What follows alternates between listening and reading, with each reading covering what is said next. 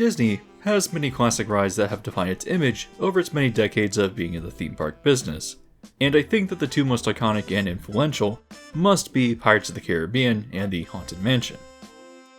While versions of these rides have different variations in other Disney parks around the world, people in the US often like to compare and contrast these attractions between Disneyland and the Magic Kingdom. In my opinion, while Disneyland's Haunted Mansion has a specific appeal because it's the original, and I do like its southern facade, I actually find the Magic Kingdom version of the ride to be superior. A while ago, I produced a video highlighting what I think are the more positive aspects of Magic Kingdom that often go overlooked. While I do think that Magic Kingdom's Haunted Mansion facade is better as a personal preference, I do also think it is undeniably the better ride, just because it contains additional scenes. A lot of Disneyland locals seem to think the original is better, but I just simply do not agree. On the other hand, the Disneyland version of Pirates of the Caribbean is almost always considered the better version of the ride, as it has longer scenes missing from the Magic Kingdom iteration, and additional effects in the scenes that are shared between them. The Magic Kingdom version of Pirates is generally considered watered down in comparison, as it was built quickly when guest demand asked for it. When the park opened, Pirates was not even really considered, reportedly because Imagineering anticipated that people who lived in Florida or the East Coast would find it to be less relevant because of the proximity to the Caribbean. Instead, a Western-themed boat ride known as the Western River Expedition was conceptualized for the park, which was obviously never built, but its elements eventually came to or inspired other attractions. This early concept inspired Big Thunder Mountain, a train robbery scene in World of Motion, and the idea of the train going through an attraction as was seen in Splash Mountain. When Magic Kingdom opened and Pirates was absent from the park, it was reported that many guests were confused as to why the attraction didn't exist, and so the company quickly built a shorter version that opened in 1973. Here's the thing though. While yes, I do like that the Disneyland version of the ride contains a lot more, the Magic Kingdom version is not without merit too. It has a much more interesting atmospheric hue, its scenes are bigger and slightly different,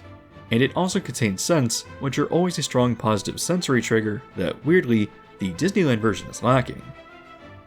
I won't say that the Magic Kingdom version is better, because I do still prefer Disneyland, but I don't think the rift in quality between them is as dramatic as people make it out to be. Simply put, both rides are fantastic and worth your time, and in this video, I wanted to analyze them scene by scene, because yes, while Disneyland's Pirates is the better ride, it's still missing a significant number of elements that elevate the Magic Kingdom version too.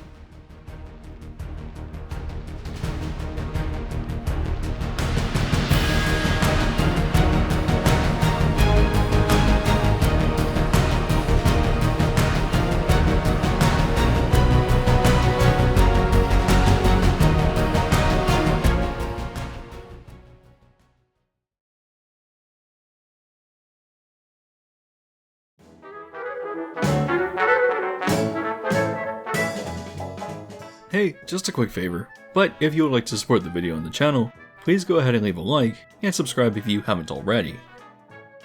New Orleans Square might be one of my favorite lands in a Disney park, with much of its appeal resulting from its small but intimate city streets.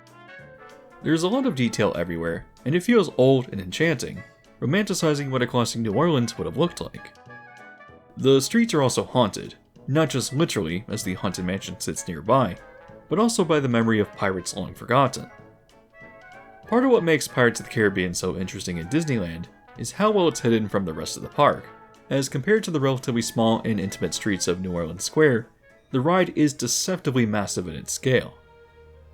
There's just something about that juxtaposition that's appealing to me, because if it wasn't such a well-known classic, I think the contrast between the two would be genuinely shocking for many people. It's kind of like when you're in Epcot and walk into the Aztec Pyramid for the first time. Without knowing what's inside beforehand, the reveal of the Mexican town is surprising and impressive, because while the pyramid facade is pretty large, it still deceptively hides not only an entire themed area, but a ride and restaurant on the indoor river as well. Of course, this couldn't have happened without Disneyland's Pirates of the Caribbean, as the Blue Bayou restaurant did this first, allowing patrons to enter a Louisiana swamp and dine alongside the beginning of the ride. That too is impressive through its scale and novelty, especially with the sudden, unassuming shift from New Orleans streets to the dark and calm atmosphere of the bayou. The queue transition inside for Pirates has a similar effect, as despite its small scale, it's always fun to walk in and view the boats stacked up on the bend with the animatronic parrot as they return to the station. Before the reveal of the larger bayou, the Colonial Queue does have some paintings of notable historical pirates, or at least this is true for the most part, with perhaps the exception of Jack Sparrow. The New Orleans Square Pirates Queue is relatively unremarkable other than its transition into an interior bayou, but while its atmosphere may be exciting and builds a lot of anticipation, it still hides the scale of the ride really well, which I think only enhances how impressive it is once you actually encounter the main show building. In contrast, the Magic Kingdom version of Pirates is pretty upfront about directing your attention towards it, as the Spanish colonial fort is a massive presence of Adventureland. In fact, the pirate area is almost a small mini-land in itself, as in addition to ominous decorative elements like skulls along the perimeter of the queue, the opposite side of the path hosts Tortuga Tavern. This quick-service restaurant only really opens during busier periods or events, and often has limited menus with poor quality food, but I have always enjoyed the nautical Caribbean theme of the space, tying it in with the adjacent ride. It's also worth noting that the fort contains an extensive gift shop at the exit, which is also pretty accessible along the path, making it feel like another element that contributes thematically to the land. It's quite detailed and full of thematic junk that reinforces the pirate theme, and while New Orleans Square has space for Pirates merch as well, this feels a lot more substantial and directly contributes to the atmosphere of the immediate area. On deciding to enter the ride and moving into the fort, you walk through an extensive arcade which is rather plain and doesn't have much detail, yet still feels iconic as the entrance to this attraction. Once you enter through the heavy wood doors into the fort itself, you walk into a corridor accented by an arched ceiling, and turning back, you pass by a small locked cell, which is labeled as the Armory in Spanish. Cutting back in the opposite direction through a switchback, you pass by a broken off crow's nest, which is sitting among crates and barrels, along what appears to be the outer wall of the fort. Looking down through the bars underneath, you can see more barrels and crates inside as well. I'm not really sure what this set piece is intended to be, because you're already in the fort, but I think the idea is that the queue is not literally walking through the structure, but is more just an amalgamation of elements that come together to create something atmospheric. Moving forward, the queue features swords and muskets mounted on the wall, and at the back of this hallway, cannons are being stored, along with ramrods and gunpowder. Making a turn to the right, the armory continues with another room with more storage for weapons, a large barrel, and a fireplace, which indicates that this may have been quarters for the soldiers. Exiting this room, the fort opens up into a grotto where you board the boats, but the queue splits and you'll be directed to one of two paths. Moving left, you first encounter a large pit, which is again storing cannons and gunpowder, and moving forward to the end of the hall, it opens up to a courtyard, which is anchored visually by a fountain. You then turn back and return to the station, but if you were instead directed to the queue on the right when it split, this is what I think is the more interesting section. Going down a hall and looking down through the bars of the windows, a fun detail is the skeleton pirates playing a game of chess, which is set up to result in a stalemate regardless of which move is made. Continuing forward, you pass over the ride track and encounter cannons pointed out over the grotto. Descending down a ramp right before you enter the station and board, by looking to your right, you'll also notice treasure, digging tools, and other miscellaneous elements, as you hear pirates digging out of view down another cave tunnel. I like the Pirates queue in Magic Kingdom quite a bit, but not necessarily because it's actually a strong queue by contemporary standards. Most ride queues today often directly present exposition to the park guests about the story of the ride, but in the case of Magic Kingdom's Pirates, its strength is just pure atmosphere. In terms of elements, it's actually not that interesting other than maybe the skeletons locked in an internal game of chess, but the queue does not tell a story so much as it provides glimpses into the memories of the soldiers who lived in the fort, and what I presume was later occupation by pirates, as the treasure in the grotto seems to indicate. While I like how in Disneyland, New Orleans Square does transition abruptly into the Blue Bayou, the Magic Kingdom queue definitely wins out as a lengthy, atmospheric experience that frames the rest of the ride.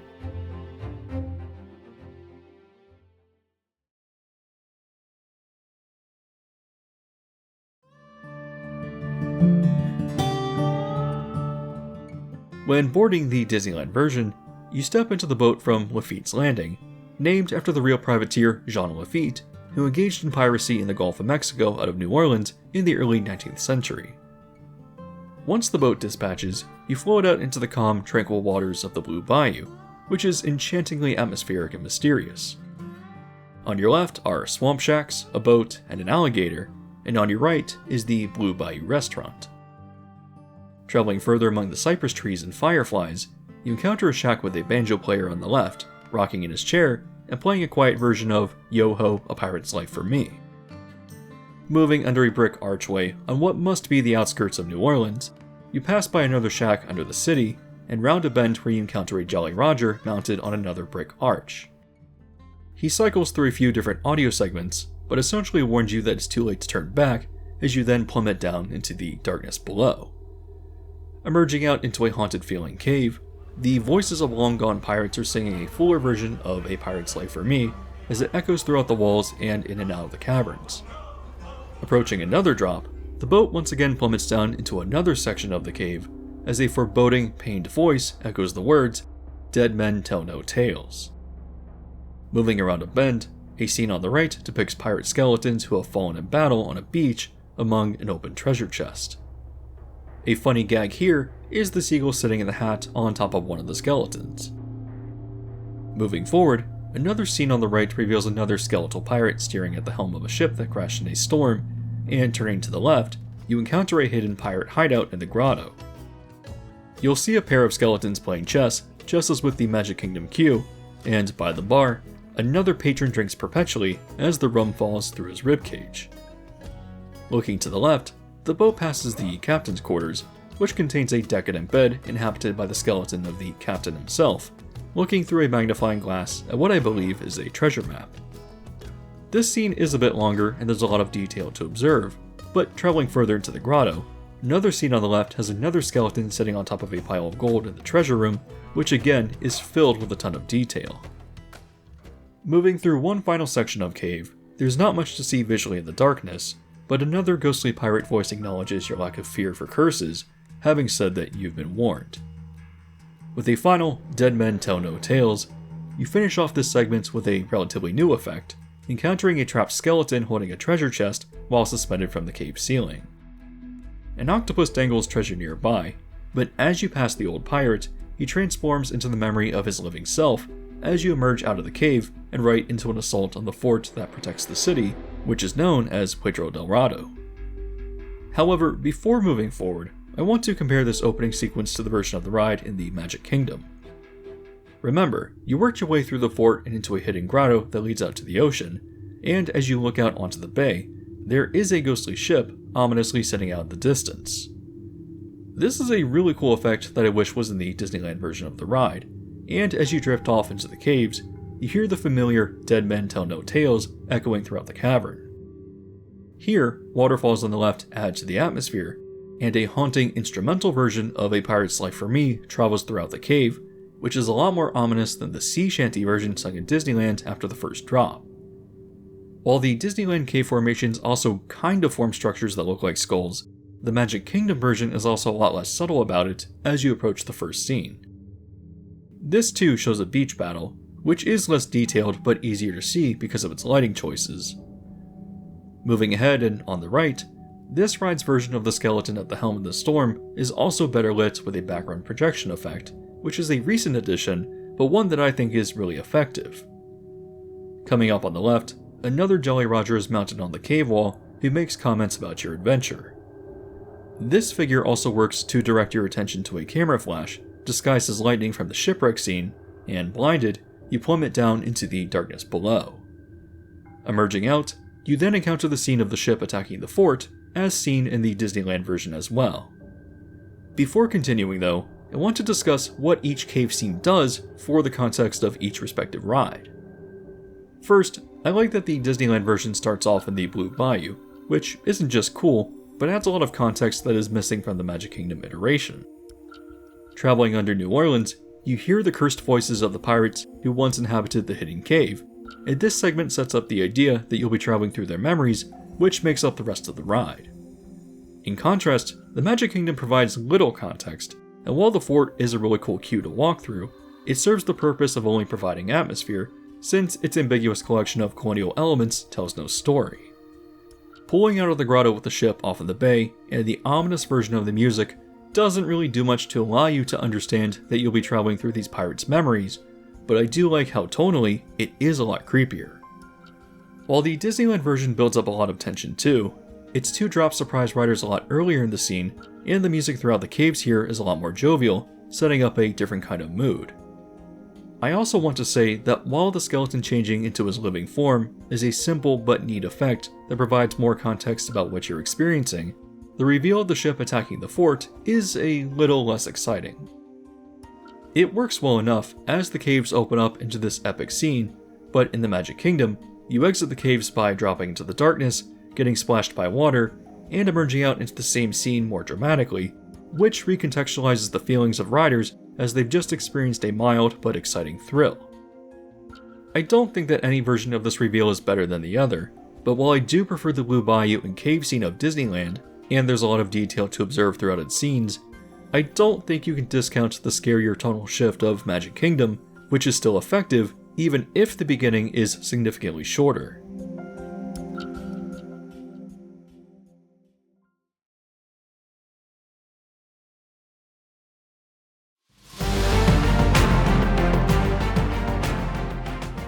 Once you emerge out into the battle, you will immediately hear music from Curse of the Black Pearl, and while I generally have not been a fan of the 2006 changes to the rides, which brought in elements of the films, I do think the dramatic, exciting score is quite fitting here. Attacking the fort, the Wicked Wench is currently commanded by Captain Barbossa from the films, which allows his crew to invade the town looking for Jack Sparrow, but in terms of what makes these scenes different in both versions of the ride, there are a few discrepancies. First, the Magic Kingdom version is just larger, which helps sell the excitement, and there's a very heavy fog effect that surrounds the ship, which, in my opinion, also enhances the scale of the scene. The Disneyland version seems to lack the fog, but up on the fort walls, animatronic Spanish soldiers poke their heads up and down as the cannons fire. If you've been on the ride, then you'll also have noticed that hidden pumps create large splashes in the water as if being hit by the cannonballs, but another difference here is that in the Magic Kingdom, they're a lot closer to the boat, and you can get pretty wet if you're unlucky, which adds a stronger thrill factor to the scene. Moving past the ship, there's also a projection of shadows engaging in a sword fight, which is another neat effect that Magic Kingdom seems to be missing. However, moving into the main portion of the ride, the scenes here are essentially mostly the same, but there are very subtle differences. The first town scene depicts Carlos, the town magistrate, being dunked in a well as he's being interrogated about the location of Jack Sparrow, and a woman up above is shot at as she protests the interrogation. There aren't many differences in the scenes here, other than the Magic Kingdom version being a bit larger and the boat traveling quite a bit closer. Next, the boat passes the auction scene, but the changes here are very subtle. As someone who likes to notice the detail on rides like this, I have observed that while most of the figures are the same, the Disneyland version has an additional goat, and that both of them are wearing treasure from the nearby chest. Other than some slight changes in where props are placed and discrepancies in lighting choices, the most notable difference is that in the Magic Kingdom, the left side of the scene actually has a scent that is pumped at riders. It's a bit hard to describe and comes off as sweet, but judging from the crates of fruit scattered on both sides of the boat, I believe that's what it's intended to convey. Moving under the bridge, you'll witness women chasing thieves all throughout the layers of buildings, and a pirate sits on a barrel and brags about his treasure map as Jack Sparrow sneaks a peek while hiding in the barrel behind.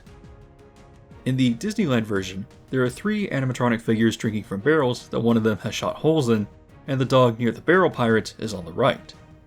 In Magic Kingdom, the dog is on the left, and while the 3 drinking pirates are gone, there do appear to be more animatronic chickens near the steps. Continuing further, Disneyland has a drunken pirate trying to entice a couple cats over, which face him in a pose of fear and hiss, while in the Magic Kingdom, they're facing the boat and turning their heads. Also notable in Magic Kingdom is another scent in this scene, which most people claim is banana rum, but after many ride-throughs to confirm it, I believe it's butterscotch rum instead.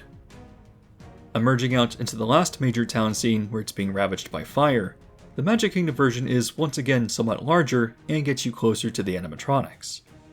However, there are subtle differences between the two, like with the pirate swinging his foot having a parrot sitting right next to him, which is absent in Disneyland.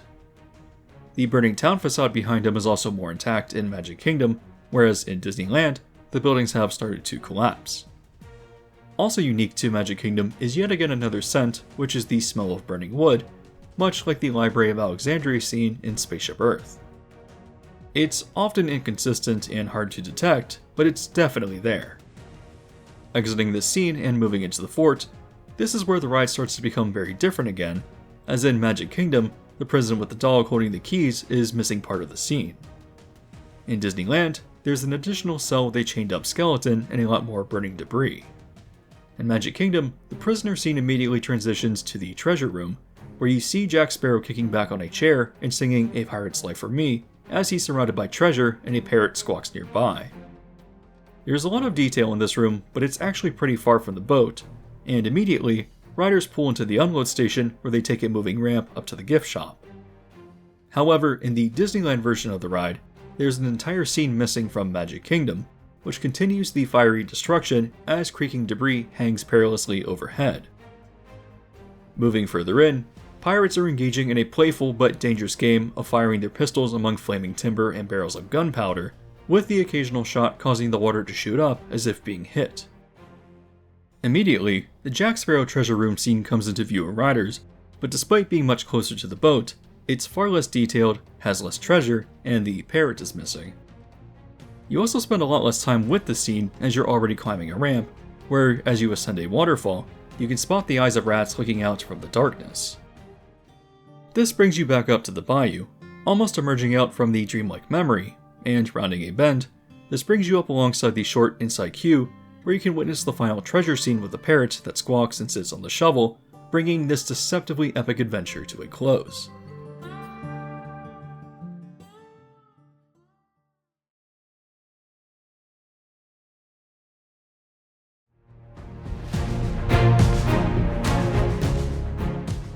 It doesn't really matter which version I'm riding, but Pirates of the Caribbean will always be one of my favorite rides that can be found throughout any of the Disney parks. Like the Haunted Mansion, it's not about story, but rather atmosphere, and the dense detail that you can observe throughout every scene that builds out its world. If you made it here to this point in the video, I apologize if my breakdown of the changes and elements between both versions of the ride came off as tedious, but even then, that was still a pretty surface level highlight of the discrepancies. The point I'm making is that as someone who is fascinated by the level of detail that goes into the ride, even I could spend a lot of time looking for those elements and still not be able to spot them all. Every time I get on either version, I always discover something new that I haven't seen before, and in my opinion, this is a huge strength of Disney Imagineering that has been abandoned for a very long time. The last truly detailed Disney attraction that wasn't a clone was the Great Movie Ride back in 1989. And while this style of Imagineering still has remnants today with Pirates, Haunted Mansion, and Spaceship Earth, Disney parks have instead pivoted towards more thrilling attractions that offer more defined narratives, but that thrill comes at the sacrifice of actual detail. Now, the River Journey actually seems the most conceptually similar to older Disney Imagineering, but its emphasis on screens over physical effects and animatronics really holds it back from being something great. Essentially, I'm saying that I can never really get bored with Pirates because I'm the kind of person who appreciates that kind of dense world building, and so that's why I find the discrepancies between both versions of the ride to be so interesting. Most people will never notice the subtle differences in the shared scenes, and will probably agree that Disneyland is better because it has the Blue Bayou, longer, more detailed caves, and the drunken shootout scene towards the end. I also agree that I like this better, and Disneyland is the clear winner in terms of which ride is better developed, but I have always appreciated the differences that makes the Magic Kingdom Pirates unique. The queue is nowhere near the best in Walt Disney World, but it's still fantastically atmospheric, and while short, I do like the scene with the foreboding ship out of the bay. I also appreciate its tonal differences, enhanced effects, and elements unique to its version, like the fog that surrounds the Wicked Wench, or the 3 scents that add quite a lot to the atmosphere, which is notable since scent is such a powerful sensory trigger. Essentially, I'm of the opinion that while Magic Kingdom Pirates is often dismissed as being unworthy of experiencing if you've been on the Disneyland version, I'm saying that I disagree. If you're like me and are fascinated by how detail creates such a fantastic, enchanting environment, then there's still a lot of changes that make Magic Kingdom a very different experience and a great, unique addition to the park. So, with this said, whether you agree or disagree with the points I've made, At the very least, I hope that you can recognize that the quality discrepancies between both isn't as clear-cut as people often claim, and if you would like to support this video, leaving a like once again helps to boost its reach. As always, if you have not yet subscribed and hit the bell notification yet either, you can do so now to be alerted to new videos as they release.